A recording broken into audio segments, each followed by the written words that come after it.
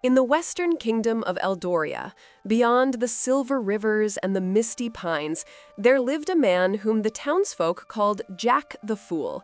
His beard was uneven, his clothes stitched from scraps of color, and his laughter echoed through every alley of the royal city. Yet behind his wild eyes there stirred a calm awareness that few could name and fewer could understand. Each morning, Jack wandered the cobbled streets with a carved wooden stick between his legs, pretending it was a stallion. Children followed him, cheering and clapping, merchants sighed, guards frowned, and noblewomen crossed themselves as if to ward off madness. But when Jack spoke, his words, though tangled in jest, often struck nearer to truth than any sermon or decree. At the center of Eldoria stood the citadel of King Roland, a vast fortress of marble towers and golden banners. Roland was strong, clever, and proud. He loved justice, but he loved his throne even more. Around him gathered counselors and generals, each vying for favor. Among them, the most trusted was Lord Edward of Clyne, a minister known for his diplomacy and his unshakable loyalty. Rumors about Jack had reached the marble halls many times. Some said he was a mad beggar who mocked the crown to hide his crimes.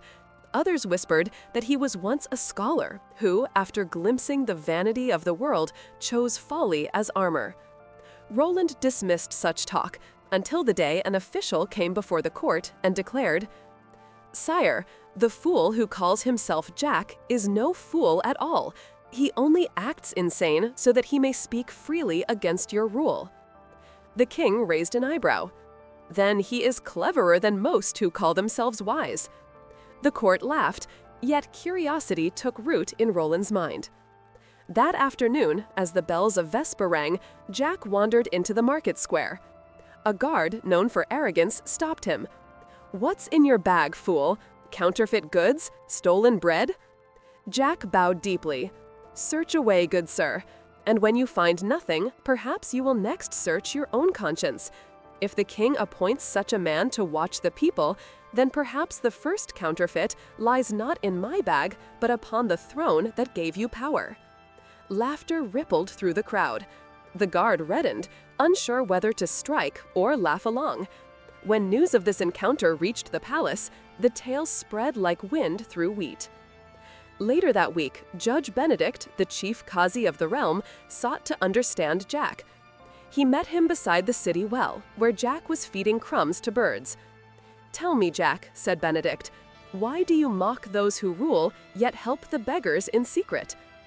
Jack answered softly, "When I see a hungry man fed by another, I rejoice, for I see a spark of mercy. But when I see a poor man ignored by those who wear silk, my heart weeps. I cannot fight with swords, so I fight with words." Benedict watched him for a long moment, and then went to the king. "Your Majesty," he said, "the fool's tongue may be sharp, but his deeds are gentle. He gives more bread to the hungry than half your nobles combined." Roland said nothing, though he kept the name Jack in his thoughts. A month later came troubling news. A rebellion had begun in the Northern Highlands, led by a proud noble named Lord Alaric Thorne. The council trembled at the thought of war. Roland summoned his minister Edward. "Ride north," commanded the king. "End this without bloodshed, if you can. If you succeed, you may build whatever monument you wish in the capital." Edward bowed. "Then grant me, sire, to build a grand church to the glory of God and of Eldoria." Roland agreed, though he smiled at the minister's ambition. Before departing, the king sought solitude in the forest monastery. He called his captain, Sir Marcus, and said, "Guard my throne. Let no soul sit upon it. But treat that fool kindly, for I would test what sort of madness dwells in him." Sir Marcus obeyed. Yet not long after the king's departure, Jack wandered into the empty throne room. His eyes fixed upon the golden chair that shone beneath the high windows. Slowly he approached, then sat upon it, resting his wooden stick across his knees. When Marcus entered, he froze in outrage. "Get off that seat, lunatic! None may sit there save the king himself." Jack smiled sadly. "Strange, isn't it, how this chair burns, though it is made of gold? The longer one sits upon it, the hotter it grows, until the soul within is scorched. People fight and die to sit here, never seeing the fire beneath." Marcus thought him mocking the crown. Enraged, he struck Jack and cast him into the courtyard. Days later, King Roland returned. When he learned what had happened, his face darkened. "Did I not command you to treat him kindly?" he roared. "For disobeying me, you shall be flogged." The guards dragged Marcus away. When Jack appeared before the throne again, his face was bruised, but his gaze was calm. The king said, "Forgive the captain's cruelty." Jack bowed and replied, "I do not weep for myself, O king, but for you. If sitting here for a moment earned me such punishment, what of the man who sits here day and night, crushing others for power? His punishment will come not from a captain, but from God himself." A silence swept the hall. The courtiers shifted uneasily.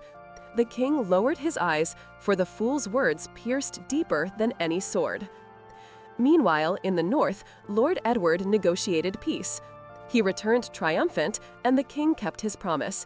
He granted land and gold to build the new church. When it was finished, Edward named it St. Clara's Chapel, after his beloved wife. He wished her name to live forever in marble. One night, however, the caretaker discovered that the plaque had been replaced. Where once it read St. Clara's Chapel, it now said Jack's Chapel. Outraged, Edward hurried to the palace. "Sire, the fool has mocked the sacred house." Roland ordered Jack to appear. When he did, the king asked, "Why did you change the name of my minister's church?" Jack answered, "When Lord Edward was building it, I asked him for whom it was built. He said, for the glory of God. Yet he carved another name upon it. The one who builds for God cares not whose name adorns the wall. The one who seeks glory for himself builds not for heaven, but for vanity." Edward flushed with shame. The court murmured. The king, though silent, felt again the sting of truth.